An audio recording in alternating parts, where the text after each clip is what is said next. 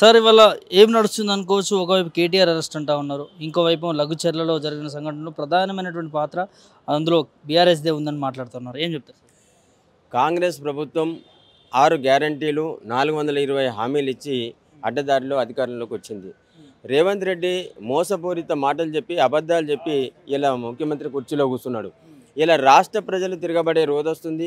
ఒక లగిచర్లోనే కాదు, ఇలా రాష్ట్ర వ్యాప్తంగా ధాన్యం కొనుగోలు కేంద్రాలను ఆలస్యంగా ప్రారంభించి ఆల్రెడీ 180% పైగా రైతులు వడ్లను దళారులకు ప్రైవేటు వ్యక్తులకు అమ్ముకొని ఇలా మోసపోయినరు. ఇట్లాంటి మోసాలు రాష్ట్ర వ్యాప్తంగా జరుగుతూ ఉన్నాయి. కాబట్టి ప్రజలు తిరగబడతారనే ఉద్దేశంతో ఇలా రేవంత్ రెడ్డి ఇంట్లో కూర్చొని సచివాలయంకి రాకుండా ఇట్లాంటి కుట్రలు ఏం చేస్తే బీఆర్ఎస్ వైపు కుట్రలు చేయొచ్చు, బీఆర్ఎస్ను బదనాం చేయొచ్చు అనే ఆలోచనతో ఇది ఒకటి చేసింది తప్ప అక్కడ లగిచర్లలో ఫార్మా భూములు ఏదైతే వాళ్ళు భూములు మంచి పచ్చని పొలాలు కోల్పోతూ ఉన్నారో ఆ రైతులు తిరగబడ్డారు. వాళ్ళ ఆవేదనను వాళ్ళ ఆందోళనను నిరసనను తెలియజేసింది తప్ప అది బీఆర్ఎస్ చేసిన కుట్ర కాదు. అంటే ఇందులో రైతులను రెచ్చగొట్టింది బీఆర్ఎస్ పార్టీ. అందులో ప్రధాన నిందితుడిగా నరేందర్ రెడ్డిని అరెస్ట్ చేయడం జరిగింది. దాంట్లో కూడా ఏదైతే ఇన్వెస్టిగేషన్లో కూడా కేటీఆర్ పేరు కూడా బయటకు వస్తున్నట్టు పరిస్థితి. అవును, మేము నిజంగా కూడా ఇలా ప్రజల వైపున కొట్లాడే పార్టీ బీఆర్ఎస్ పార్టీ. ఇలా తెలంగాణ రాష్ట్రం సాధించిన పార్టీగా మేము తప్పకుండా అక్కడ ఆల్రెడీ ఫార్మాసిస్టుకు గత బీఆర్ఎస్ ప్రభుత్వం గౌరవనీయులు కేసీఆర్ గారి నాయకత్వంలో 14,000 ఎకరాలు సేకరించి పెట్టిన ఉన్న భూములను కాదని ఇలా మంచి పచ్చని పొలాలను ఇలా బీడు భూములుగా మార్చి ఇలా కాలుష్యహితంగా చేయాలని ఏదైతే కుట్రబంతా ఉన్నాడో రేవంత్ రెడ్డి, దాన్ని తిప్పికొట్టినాం మేము. నిజంగా కూడా ఇలా రైతులను వాళ్ళు వ్యతిరేకిస్తూ ఉన్నారు, మా భూములు లాక్కుంటూ ఉన్నారు, మమ్మల్ని రోడ్డు పాలు చేస్తూ ఉన్నారని ఇలా వాళ్ళు రైతులందరూ తిరగబడతా ఉన్నారు. కాబట్టి దానికి మద్దతుగా మా నరేందర్ రెడ్డి గారు, దానికి మద్దతుగా మా నాయకులు వెళ్ళారు. అంతే తప్ప ఇతర దాడులతో ఎలాంటి సంబంధం లేదు. ఇలా పగటి కళలు అంటూ ఉన్నాడు రేవంత్ రెడ్డి. జైల్లో పెడతా నేను కేటీఆర్ గారిని, జైల్లో పెడతా నేను కేసీఆర్ గారిని అనుకుంటా ఉన్నాడు. ఎవరు తవ్వుకున్న గోతిలో వారే పడతారు.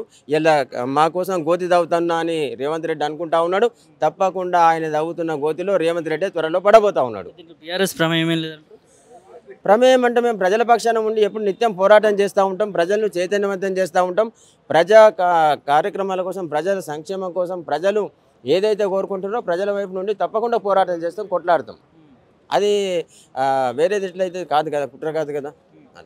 ఎట్లా చూడొచ్చు 11 నెలల పాలన గమనిస్తూ ఉన్నారు కదా, ఎక్కడ ఏ రోడ్డు మీద పోయి నడుచుకుంటూ పోయే పండు ముసల నుంచి యువకుని వరకు ఎవరిని అడిగినా కానీ ఇలా కాంగ్రెస్ పాలన గురించి చెప్తారు.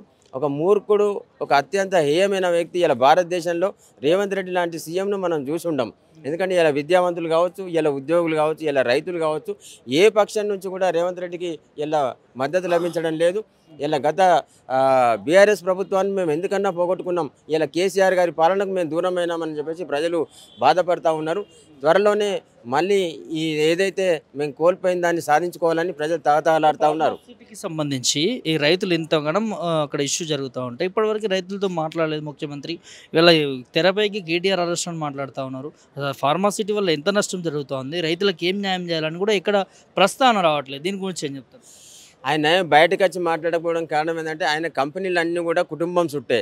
అన్నదమ్ములకు రియల్ ఎస్టేట్ దందాలు అప్పచెప్పి ఇలా హైదరాబాద్ చుట్టూ కూడా హైదరాబాద్ అంతా కూడా వాళ్ళకి దారాదత్తం చేస్తున్నాడు.